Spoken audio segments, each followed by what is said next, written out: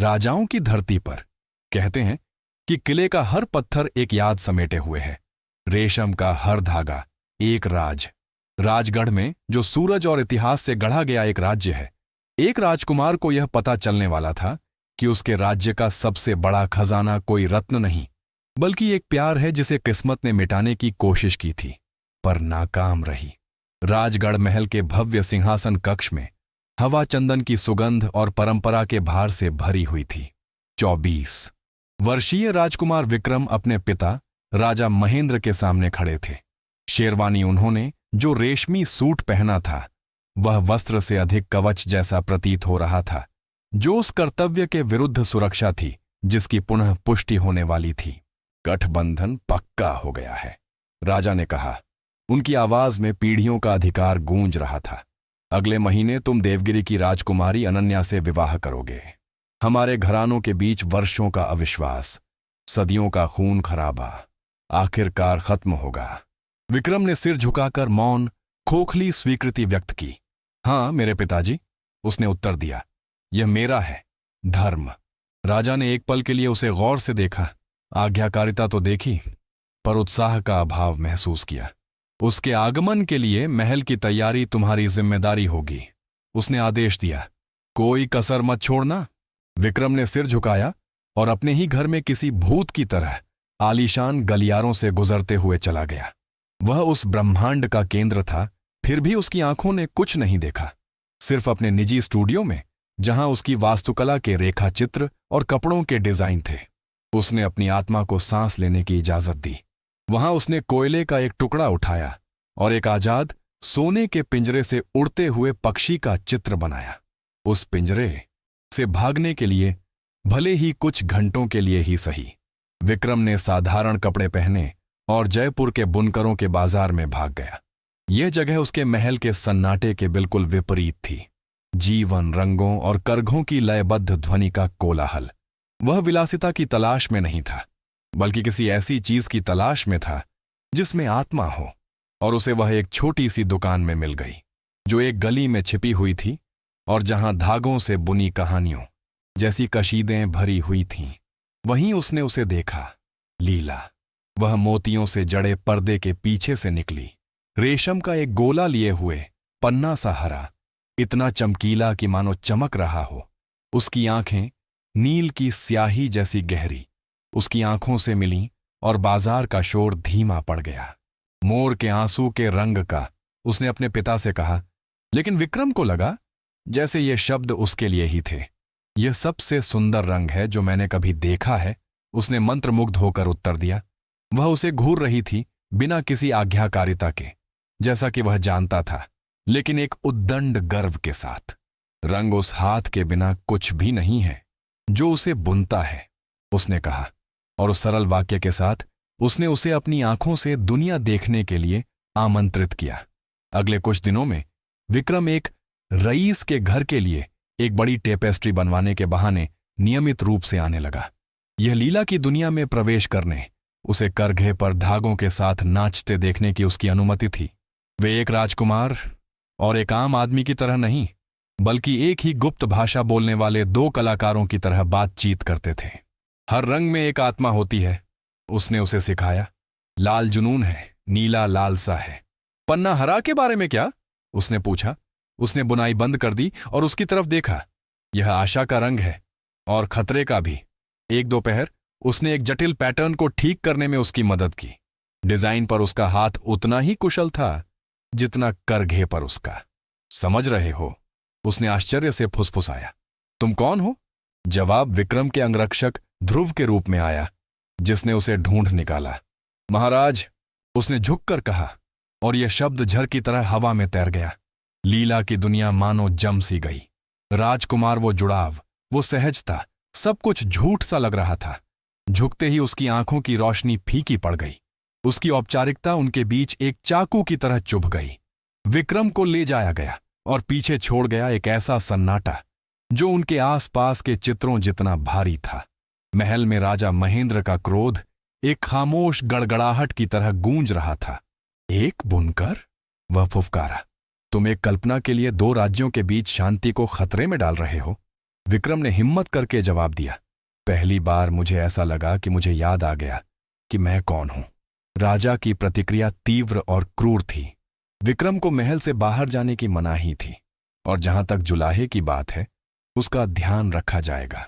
यह कोई वादा नहीं था, यह एक धमकी थी। अतीत का बोझ अब वर्तमान से टकरा रहा था। अपने ही घर में बंदी विक्रम को राजकुमारी अनन्या के साथ सगाई की रस्में शुरू करने के लिए मजबूर होना पड़ा। राजकुमारी अनन्या बुद्धिमान और समझदार थी, इसलिए उसने तुरंत उसकी उदासी को भांप लिया। उसने कहा, दृढ़ विश्वास के बिना कर्तव्य राज्य की कमजोर नींव है, और यह भी बताया कि वह भी राजाओं के खेल में एक मोहरा थी। इस बीच राजा की धमकी सच साबित हुई। बुनकरों पर नए भारी शिल्प कर लगाए गए, जो लीला और उसके परिवार के लिए एक छिपी हुई सजा थी। हताश होकर विक्रम ने उनकी मदद के लिए चुपके से पैसे भेजे, लेकिन उनका नेक इरादा मुसीबत में बदल गया। लीला के पिता बंसी पर दूसरों का कर्ज चुकाकर विद्रोह भड़काने का आरोप लगाया गया। उनका करघा नष्ट कर दिया गया और उनका परिवार बर्बाद हो गया। विक्रम को यह खबर मानो किसी जबरदस्त आघात की तरह लगी। उसने मदद करने की कोशिश की थी, लेकिन उसने फंदा और कस दिया था। अपराध बोध से ग्रस्त होकर उसने राज्य के प्राचीन अभिलेखों में शरण ली, और वहीं कानून की एक किताब में छिपी उसे सच्चाई मिली। एक ऐसा वृत्तांत जिसमें आशावरी के पन्ने के साथ विश्वासघात लिखा था। 300 साल पहले लीला का परिवार केवल बुनकर नहीं था, वे शिल्पाकार राजगढ़ के शाही उस्ताद कारीगर, उस पौराणिक पन्ने के संरक्षक जिसमें राज्य की आत्मा समाहित थी।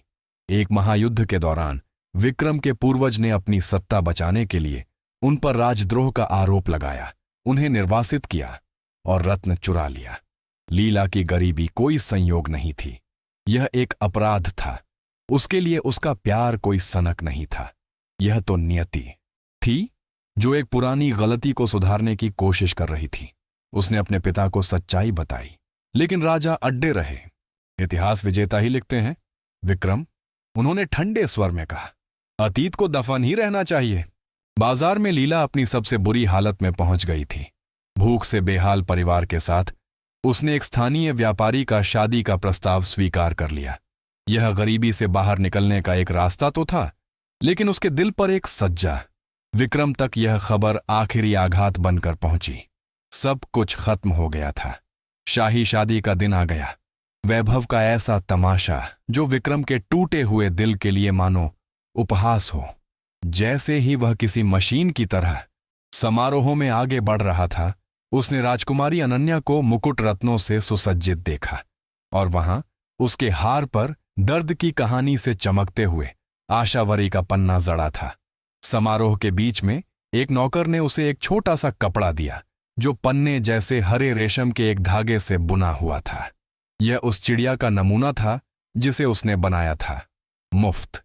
यह लीला की विदाई थी, लेकिन विक्रम के लिए यह एक जागृति थी। समारोह के अंतिम क्षण में, जब विवाह बंधन में बंधने ही वाला था, विक्रम रुक गया। हॉल में एक गहरी सांस दौड़ गई। उन्होंने कहा, यह संघ। उनकी आवाज शांत थी, लेकिन एक नई शक्ति से गूंज रही थी। यह झूठ पर आधारित है।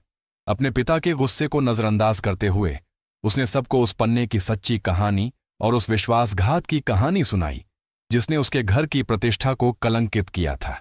फिर वह अनन्या के पास गया और आश्चर्यजनक कोमलता से उसके गले से गहना उतार दिया। यह गहना हमारा नहीं है, उसने कहा। मैं इसे इसके असली वारिसों को लौटा दूंगा। अफरा तफरी मच गई, लेकिन पहरेदार उसे गिरफ्तार कर पाते। इससे पहले ही राजकुमारी अनन्या ने अपना हाथ उठा दिया। रुको, उसने आदेश दिया। वह विक्रम की ओर मुड़ी, गुस्से से नहीं बल्कि सम्मान से। सम्मान एक शासक का सबसे अनमोल रत्न होता है, उसने कहा। आज राजकुमार विक्रम, आपने खुद को इस कमरे में सबसे सम्माननीय व्यक्ति साबित कर दिया है। मैं ऐसे घराने से शादी नहीं कर सकती जो अपनी सच्चाई का सामना न करे। यह विवाह टूट गया। इस साहसपूर्ण कार्य से उसने स्वयं को और अपने पति को बचा लिया। विक्रम अब राजकुमार की वेशभूषा में नहीं, लीला के घर पहुंचा, ठीक उसी समय जब उसकी अपनी शादी की रस्में बीच में ही रुक गईं। वह उसे लेने राजकुमार बनकर नहीं बल्कि एक अन्याय को सुधारने एक पुरुष बनकर आया था। उसने अपना हाथ खोला और पन्ना उनके बीच चमक उठा। यह तुम्हारा वंश है, तुम्हारी कहानी, तुम्हारा नाम, उसने कहा। मैंने अपना राजपाट त्याग दिया है, लेकिन मैं कुछ नया बनाने में मदद करना चाहता हूं, कुछ सच्चा। 1 साल बाद बुनकरों का बाजार पूरी तरह बदल चुका था। अब यह शिल्पकार सहकारी बन चुका था, कला और न्याय का एक फलता फूलता केंद्र। गिल्ड लीडर के रूप में लीला नई पीढ़ी को शिक्षा दे रही थीं। विक्रम उनके साथ अपने ज्ञान का इस्तेमाल करके व्यवसाय को संभालने में मदद कर रहे थे। वे कोई राजकुमार या आम आदमी नहीं थे, वे साझेदार थे। पन्ना आभूषण के रूप में नहीं पहना जाता था, बल्कि कार्यशाला के प्रवेश द्वार पर जड़ा होता था, जो उनकी नई शुरुआत का प्रतीक था, जो सबका था। राजकुमार ने कोई रानी नहीं जीती, उसने एक रानी को आजाद किया। बुनकर ने किसी राजा से शादी नहीं की, उसने एक प्रजा का नेतृत्व किया। साथ मिलकर उन्होंने सीखा कि सच्ची विरासत रत्नों या सिंहासनों पर नहीं, बल्कि सत्य के धागों पर टिकी होती है, जिन्हें सम्मान के ताने बाने में बुना जाता है, ताकि सब उसे देख सकें।